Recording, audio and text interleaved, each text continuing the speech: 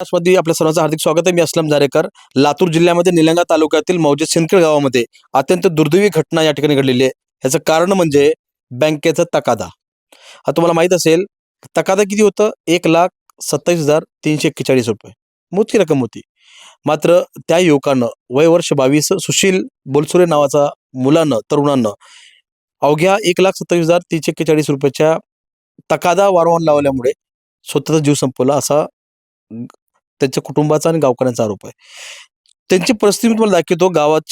गावामध्ये राहणीमान कसं असं साधारण असते, पण त्याचं घर कसं आहे, एकदम पत्र्याचं शेड आहे आणि त्यांना दोन मुलं अपत्य आहेत, 2 मुलं आहेत. एक मुलगा, एक मुलगी.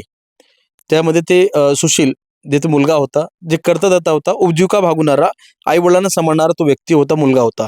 खरं तर दुःखाचा डोंगर ह्या कुटुंबावर पडला सुद्धा खरं तर त्याला विचारायला नको होतं. मात्र घटना काय आहे ते समजून घ्या तुम्ही थोडक्यात. विशेष घटना म्हणजे ह्या फायनान्सवाल्यांच्या माध्यमातून किंवा बँकेच्या माध्यमातून अवघ्या काही रकमासाठी मोठ्या मोठ्याला सूट असते, मात्र गरिबांनाच गळफास घेण्याची वेळ आणून देते. काय वारंवार तकाद लावत असल्यामुळे घटना घडली 6 तारखेला, आत्महत्या गळफास घेतला 6 तारखेला. 7 तारखेला तोच अधिकारी बँकेचा म्हणतो की त्यानं मेले का नाही ते मला दाखवा. मग ते चित्रीकरण म्हणजे व्हिडिओ करून, लाईव्ह व्हिडिओ करून त्याला दाखवण्यात येतो आणि मग तिथून तो बघतो खरंच मेलंय का. आणि तो मग मेले म्हणून त्याला समजल्यानंतर, गावकऱ्यांनी त्याला झापल्यानंतर आणि आक्रोश व्यक्त केल्यानंतर मग तो तो नालायक अधिकारी, नालायक हा शब्द वापरतोय, नालायक अधिकारी म्हणतो किंवा ठीक आहे मी पुन्हा तुम्हाला सांगतो, आणि अवघ्या 2 तासामध्ये त्याला व्हॉट्सअपवरती नोटीस पाठवली जातो. मी त्याची बोलण्याची संपर्क साधला, परंतु तो मला टाळाटाळ करतो, मी नाही, मला माहित नाही म्हणून. सुशीलचे आई वडील आपल्या सोबत आहेत. खरं तर काकी तुम्हाला विचारणं हे अत्यंत वाईट वाटतंय. अशा वेळी तुम्हाला डोंगर कोसळलेलं दुःख आहे, पण तुम्हाला विचारणं आम्हाला भागच पाडेल, कारण घटना घडलेली अशी की तुमचं कर्तदाता तुमचा सुशील आज तुमच्यात नाहीये. काय नेमकी घटना होती, काय कारण होतं? तुमच्या मुलाला कोण प्रेशर आणलं होतं? बँकवाले आणलं ते माझ्या मुलाला प्रेशर. वारंवार मेसेज करायला आल्यावर त्यानं फोन आले की बाहेर जात होतं, बोलून येत होतं, जेव रे म्हटलं जेवायचा नाही, बसायचं नाही, माणसात बसायचा नाही, चहा पे म्हणजे नाही, बोलायचं बी नाही. विचारले काय झालं रे, काय काही सांगायला तयार नव्हतात. फोन आले की बाहेर जात होता. त्यानं उपाशीच राहू लागतं. जेव बाबा म्हटलं नाही, का झालं की ते बी नाही. माझा करता धरताच मुलगा गेला. बँकवाल्याने माझ्या मुलावर लय दबाव घातला. ते कवड्या काळजाचं होतं. प्रेशर आणले, दबावानं भिवून माझं लेकरू गमावलं. आखरी शेवटचा निर्णय घेतला माझ्या लेकरा. आता माझं लेकरू तर कर्जणार गेलं. आता आम्ही का करावं, का खावं, का जगावं या जगात? कसली न्याय मिळेल मला, माझ्या मुलाला? याच मला काही कळायला मार्ग नाही. कसं काही करू? सकल मराठा समाजाच्या बांधवांच्या वतीनं सांगण्यात आलं की बाबा तुम्ही गरजवंत मराठी आणि गरीब मराठी असल्यामुळे एक सर्व समाज तुमच्या पाठीमागे आहे, असं आश्वासन या ठिकाणी देण्यात आलंय. खरं तर तुमचा लेकरू तुमच्या हातातून गेला, ही जायला नको होतं आणि तुम्ही सगळ्या गोष्टी मला सांगायला पाहिजे होतं, परंतु घरी आल्यानंतर कसं राहणीमान होतं, काय करत होतं? काहीच नाही. फोन आला की बाहेर जात होतं, बोलून यायचं. आणि मध्ये का झालं रे, कुणाचा मेस, काहीच सांगायचं नाही. काहीच बोलतच नव्हतं, काही सांगायला तयार नव्हतं. आणि बसला की आणि फोन येत होतं आणि जात होतं. एवढंच. जेव बाळा म्हटलं, नाही नाही म्हणतच बाहेर जायचं. त्यानं बोलाय बी तयार नव्हता आणि जेवायला भिवूनच भी होतं. का बँकवाल्यांनी दबाव घातले की माझ्या लेकरा, का भी घातले की माझं लेकरू मेसेज आलंय म्हणून सांगाय उशीर का केलं. जाऊन रात्री गळफासच घेतला माझ्या बाळानं. मला काही सांगाय नाही, मला काही सांगाय नाही. मग माझं गेलं.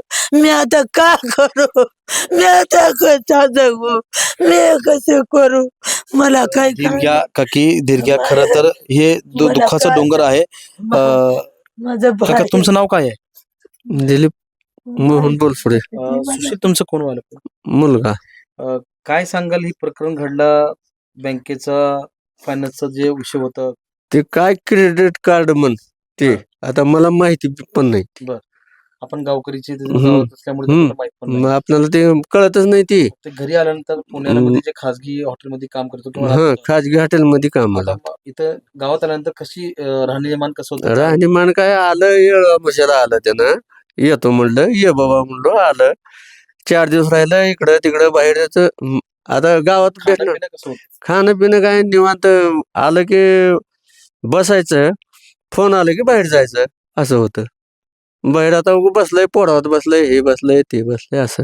आता तुमचा संबंध किंवा ज्या माणसाच्या माध्यमातून मग ते दबाव आलाय- नंतर ते सरपंचान मला एक गोष्ट सांगा, ज्या माणसाच्या माध्यमातून हा दबाव तुमच्या लेकरावरती झालाय किंवा करण्यात तुम्ही सांगतोय, ते क्रेडिट कार्डामुळे ते बँकेचं ते शेवटी मेल्या लेकरू तुमचं गेल्यानंतर गेल्यानंतर कळालं. मी पोलीस स्टेशनला जावं म्हटले सरपंच साहेबांना. ते चित्रीकरण व्हिडिओ करून काय तर दाखवलं म्हणून की बाबा मुलगा खरंच तुमचं गेलंय का नाही गेलंय म्हणून असं. हा, ते दाखवा म्हटले, नाहीतर माणसं पाठवतो म्हटले. बरं, मग पाठवतो म्हटले. मग ते पुन्हा नंतर दाखवलं काका केले की ते गावालेच केले सरपंच त्यांच्याकडे. तुम्ही त्या दिवशी दुकानात मला काहीच माहित नव्हतं. आता सगळेच ज्यांनी हा प्रकरणामध्ये स्वतःने लक्ष घातले आणि सकल मराठा समाजाच्या वतीनं त्यांना न्याय मिळायला पाहिजे, असं आर्थिक न्याय बरं का, आणि शासकीय जे घटना घडली त्याचा न्याय प्रशासनाच्या वतीनं आणि सरकारच्या वतीनं मिळावा अशी ज्यांची भूमिका आहे ते सकल मराठाचे एक समन्वयक म्हणा आणि छावा संघटनेचे दासभाई साळुंके आपल्या सोबत आहेत. दासभाई, तुम्ही सांत्वनपर भेट घेतली, कशा पद्धतीचं तुम्हाला सर्व माहिती घेतली, तुम्ही काय वाटतं तुम्हाला या बँकेच्या माध्यमातून आणि फायनान्सच्या माध्यमातून काय चाललंय? या ठिकाणी आज बोलसुरे परिवारावरती खूप एक दुःखाचं डोंगर या परिवारावरती आलेला आहे. आम्ही सांत्वनपर भेट घेतली, ही परिस्थिती पूर्ण जाणून घेतली.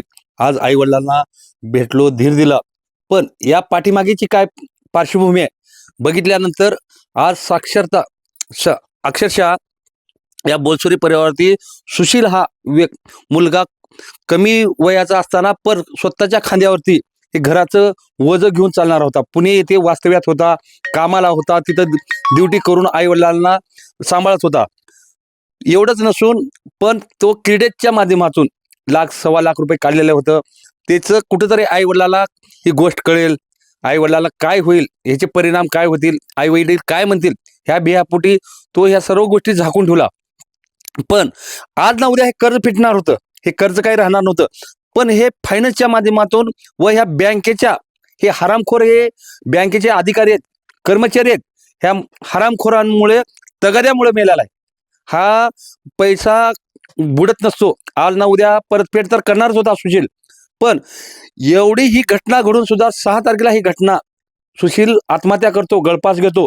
ही घटना घडल्यानंतर सकाळी 7 तारखेला सकाळी त्याच कर्मचाऱ्यांचे, त्याच अधिकाऱ्यांचे सुशीलला फोन येतात व सुशीलला काय म्हणतात की हे सर्व तुम्ही खोट आहे.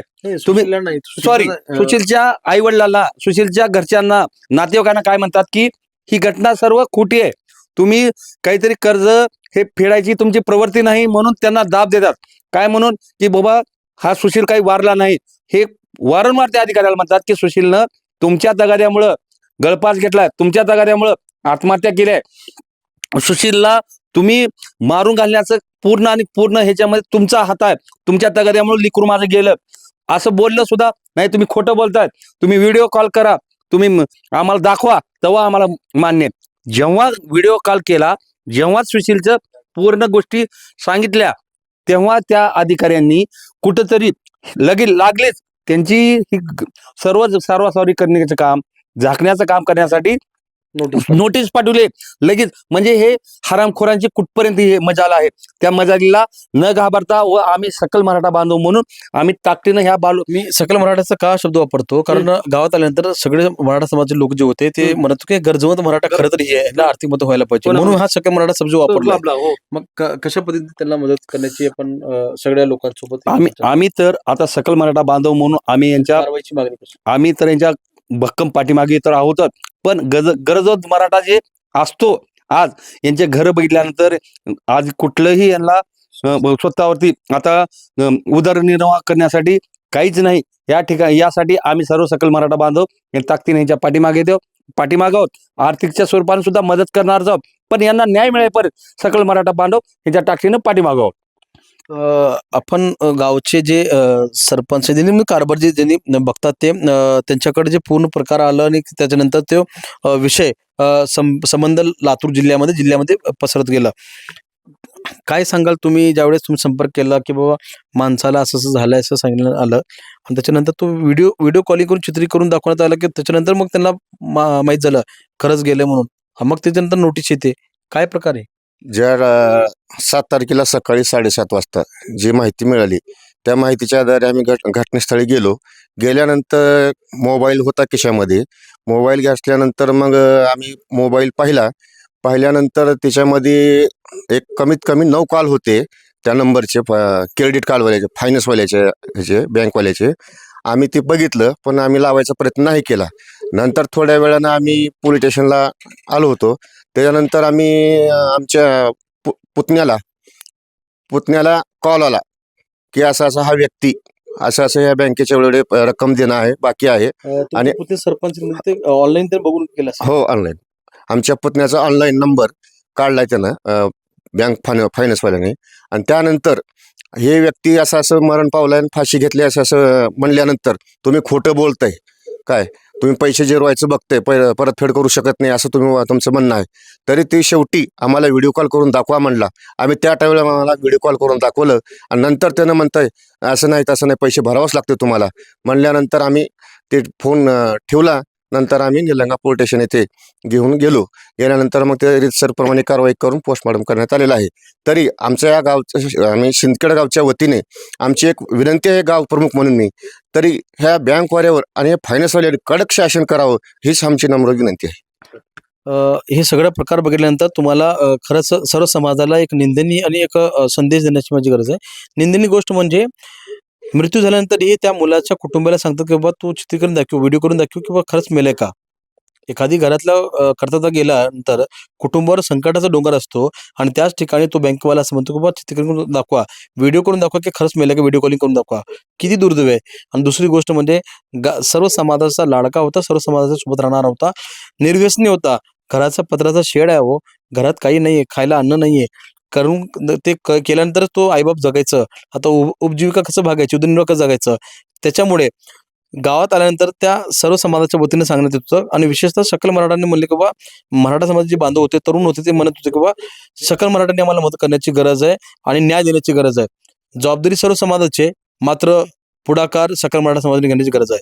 इथे थांबूया. मी APN महाराजसाठी अस्लम धारेकर, निलंगा, लातूर. अशाच नवनवीन ताज्या घडामोडी पाहण्यासाठी आजच आमच्या YouTube चॅनलला लाईक करा, शेअर करा, सबस्क्राईब करा आणि हो, बेल आयकॉन प्रेस करायला विसरू नका.